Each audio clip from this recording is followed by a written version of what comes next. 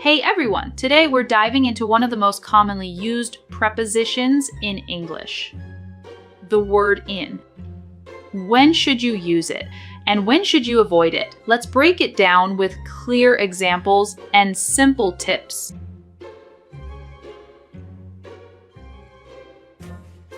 The preposition in is used to show location inside something, time, or involvement.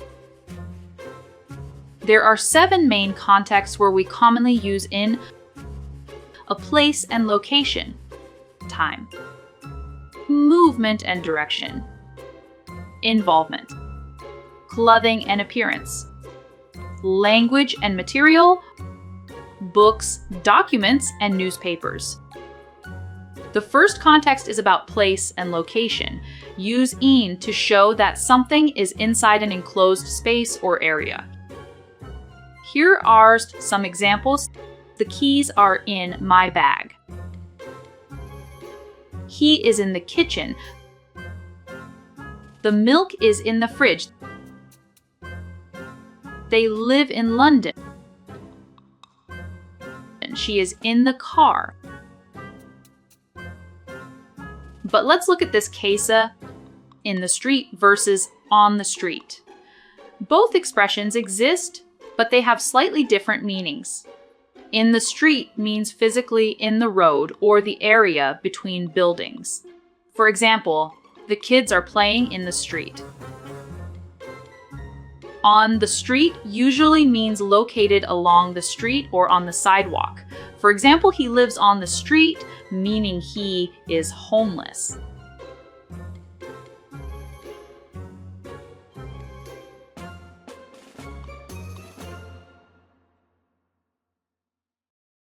The next context is time. The preposition in is used for longer periods of time, such as months, years, and parts of the day. Let's look at some examples. I was born in May. He graduated in 2010. We met in the 20th century. I do yoga in the morning. The weather is cold in winter. Now look at in time versus on time. They have different meanings. Here are some tips to help you choose the correct form. Use on time when something happens according to a schedule. For example, the train came on time. The use in time when you arrive or do something before a deadline or before it's too late. For example, I got to the train station in time for my trip.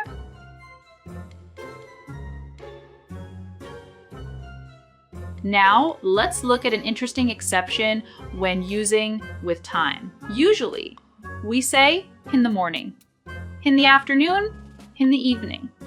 But what about night? You might think we'd say in the night, right? Nope. The correct phrase is hot night. So we say, I study at night.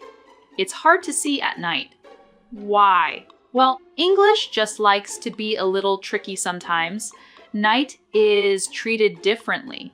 It's more of a general time frame, not a part of the day like morning or afternoon. So we use kat instead of in.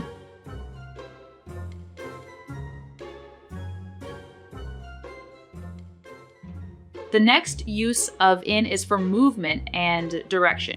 Use in with verbs of movement to show that someone or something is moving inside. Let's go through a few examples. She went in the room. The bird flew in the house. He jumped in the pool. The next use of in is for involvement, state, or condition. Use in to describe someone's state, emotion, or involvement.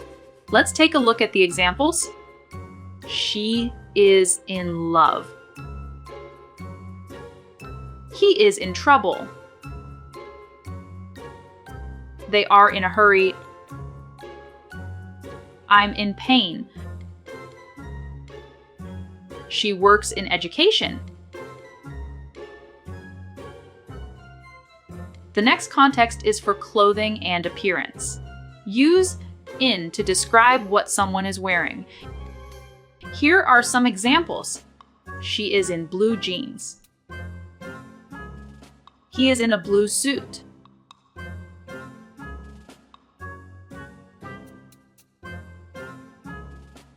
The next context is for languages, materials, or media.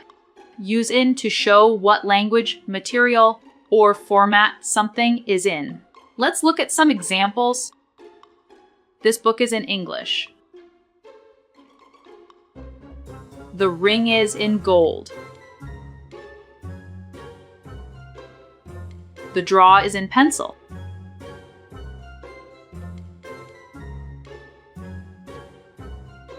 The next context is for books, documents, or newspapers. Use in to show what is written in books, documents, or newspapers.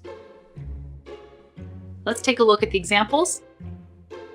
I read it in a magazine. I saw the photo in the newspaper.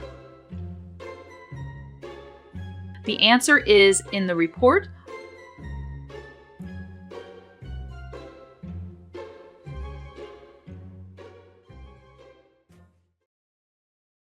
The common mistakes with the preposition in. Let's take a moment to look at one of the most common mistakes English learners make when using the preposition in. Mistake number 1, using in instead of on for surfaces. Many students mistakenly say, the book is in the table. But let's think about it. Is the book inside the table? Probably not, unless there's a drawer. The correct sentence should be, the book is on the table. Here's the tip. Use on when something is resting on a surface like a table, shelf, or floor. Use in only when something is enclosed or inside something else. The second mistake is using in instead of at for specific places. Many learners say, I am in the bus stop. But this is incorrect. You are not inside the bus stop. You are located at a specific point. The correct sentence is, I am at the bus stop. Tip for learners, use at when referring to a specific location or point, such as at the bus stop, at school, at the airport, at the door, at the station.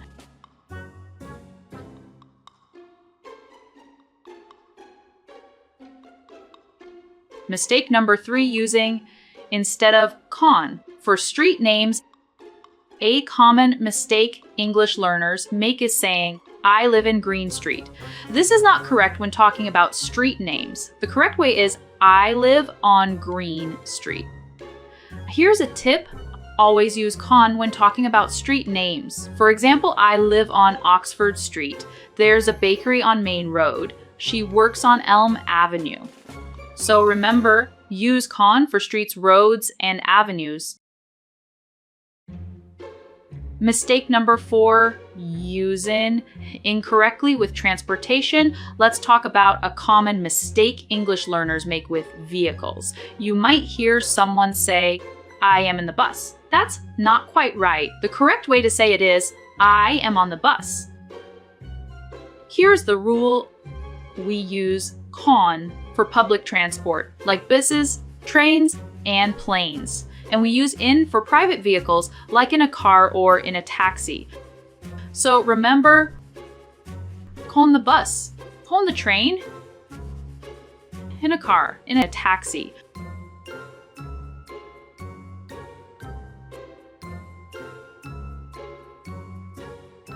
Mistake number 5, using in when there's no container or enclosed space. You might hear someone say, the picture is in the wall. That sounds a little strange, right? Why? Because there's no container or enclosed space here. The correct sentence is, the picture is on the wall. Here's the tip. Use on when something is attached to a surface like a wall, door, or board.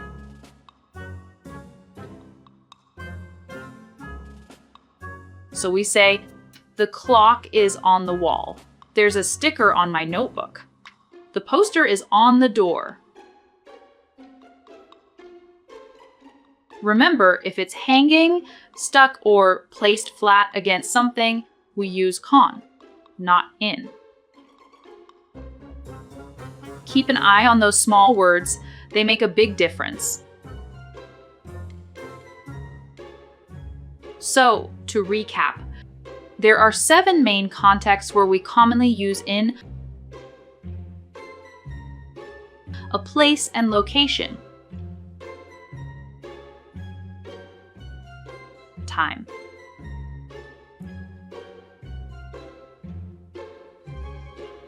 movement and direction,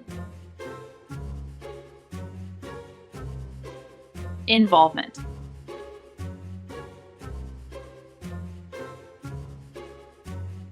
clothing and appearance, language and material, books, documents, and newspapers. Mastering these uses will help make your English more natural and accurate. If you found this helpful, give it a like, hit subscribe, and leave a comment using in your own sentence. See you in the next video.